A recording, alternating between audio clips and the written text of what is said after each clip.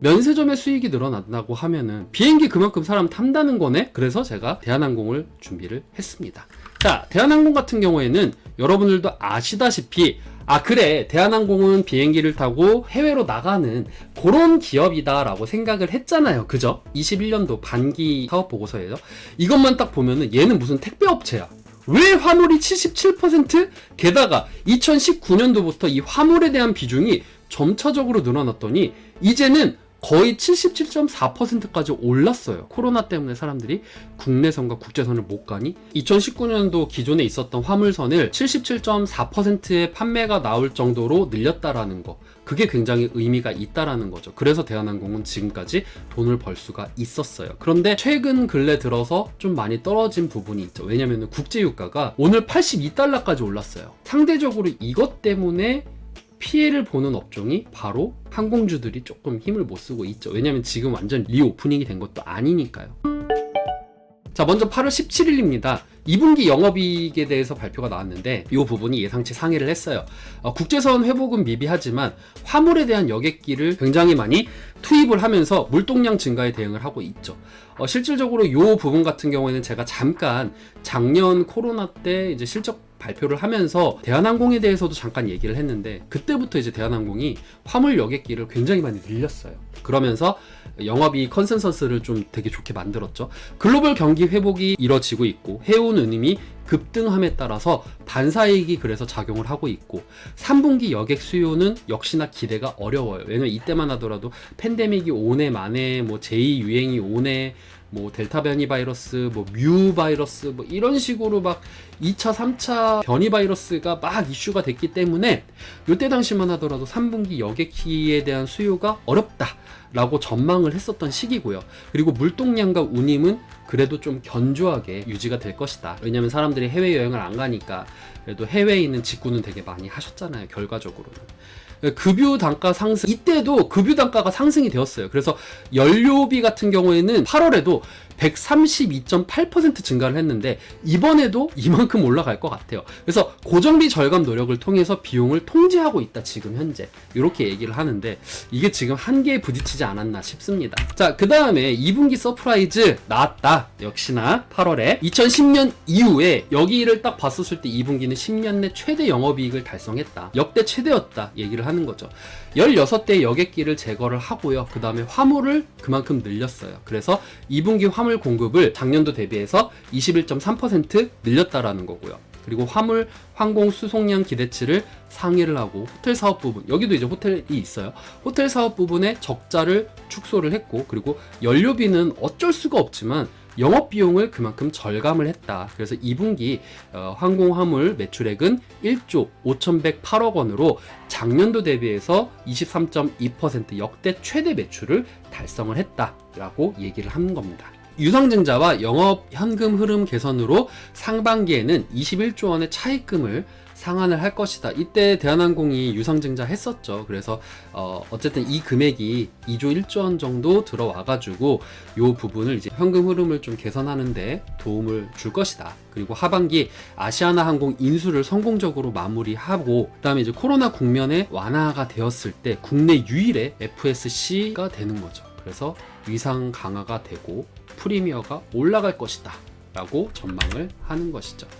자, 그 다음 9월 9일날 대신증권에서도 3분기에도 화물이 이끈다 라고 얘기가 나왔습니다. 자, 3분기 실적 기대치 전망이 상회가 되었고요. 3분기는 화물이 원래 역사적으로 비수기지만 코로나로 인해서 특수 상황이기 때문에 요게 이어지면서 화물 부분이 실적 호조세가 지속이 될 것이다 라고 얘기를 하는 겁니다. 3분기 영업이익의 연결 기준 같은 경우에는 1,900억 원으로 시장 기대치를 상회할 것이다 라고 전망을 하고 있어요. 그리고 여객 같은 경우에는 국내 국제선 미주 노선의 수요 회복세가 이뤄지고 있지만 그래도 코로나에 대비해서는 10에서 15% 수준이기 때문에 약간 좀 머무르고 있는 실정이다.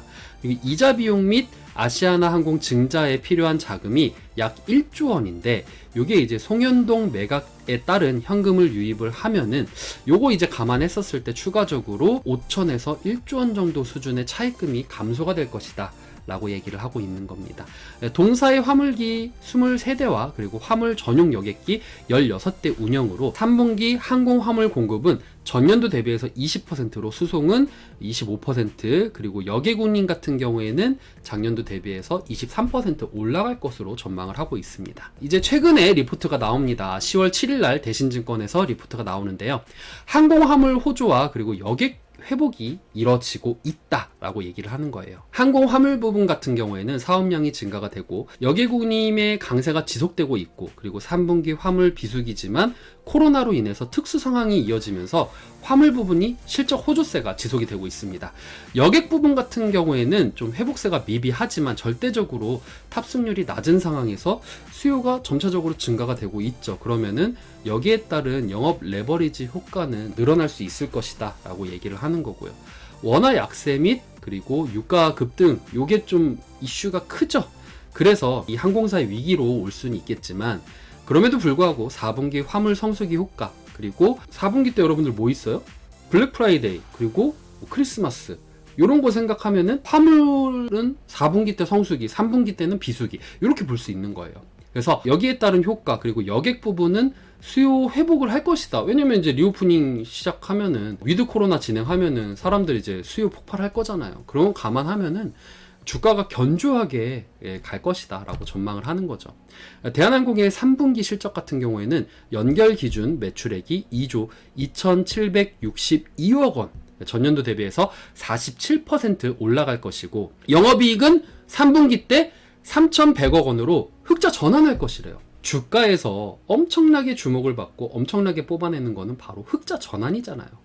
이 부분은 깜짝 서프라이즈로 될 것이다 라고 전망을 하는 겁니다. 자, 그래서 전망을 보면은요, 올해 대비 내년의 매출액은 29% 늘어요. 그리고 영업이익은 14% 늘게 되고요.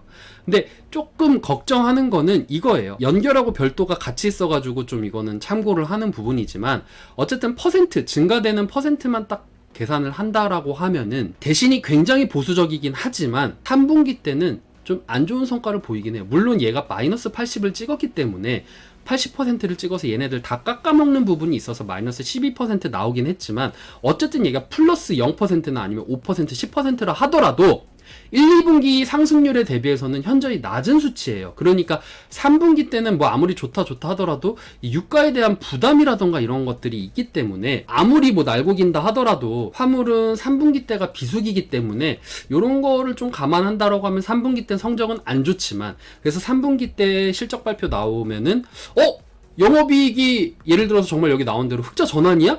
요거는 예상치를 상회를 했네? 흑자 전환을 했는데 더 높게 나왔네? 이러면은 주가는 당연히 올라갈 수 있는 거죠. 하지만 예상치 부합이라던가 아니면 예상치 하회라던가 이런 게 나오면은 어쨌든 영업이익에 대한 전망치가 3분기 때는 낮았기 때문에 주가가 하락할 수밖에 없어요. 하지만 이제 4분기를 바라본다면은 조금 얘기가 달라진다라는 거죠.